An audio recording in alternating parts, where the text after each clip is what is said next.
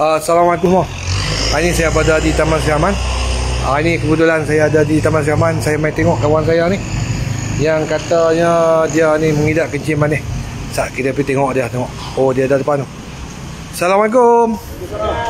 Ni Cik Fahmi ke? Ya, saya. Nak tengok sikit apa bang? Terima kasih. Cik Zul dah. Okey. Warahmatullahi taala wabarakatuh. Nama saya Fahmi. Saya tinggal di Pekan Jitra, Kedah.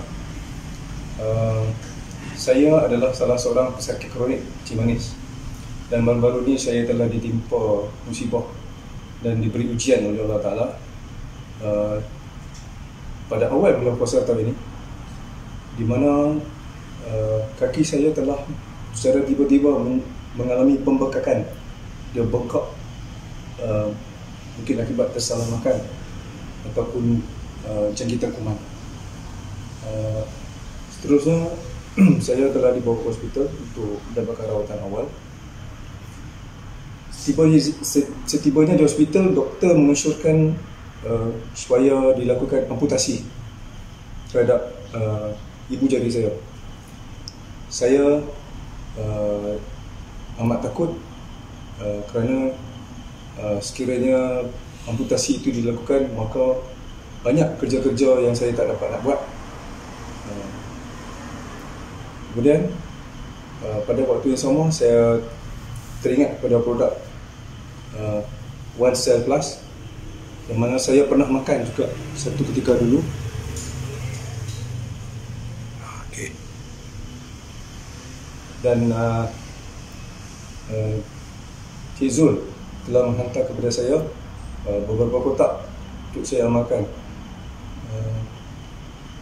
Selepas 2 minggu saya amalkan secara konsisten, saya mengalami pemulihan dan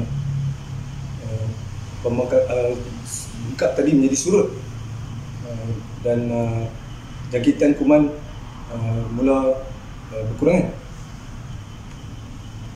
Alhamdulillah, saya telah mencuba produk ini, dan setelah saya cek balik, kesan pemulihan itu amat-amat ketara, dan mungkin saya tidak perlu melakukan amputasi ibu jari kaki lagi. Untuk pembersihan kulit luaran dan juga luka yang dalam, saya menggunakan spray One More.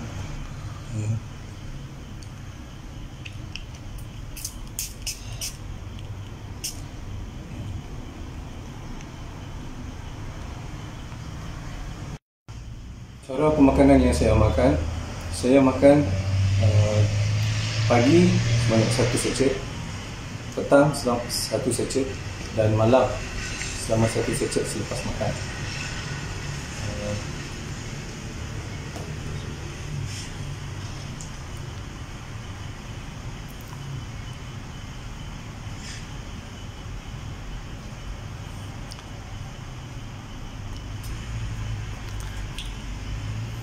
Sebagai pemakanan tambahan, saya amalkan One Core sebanyak 1 sachet sehari.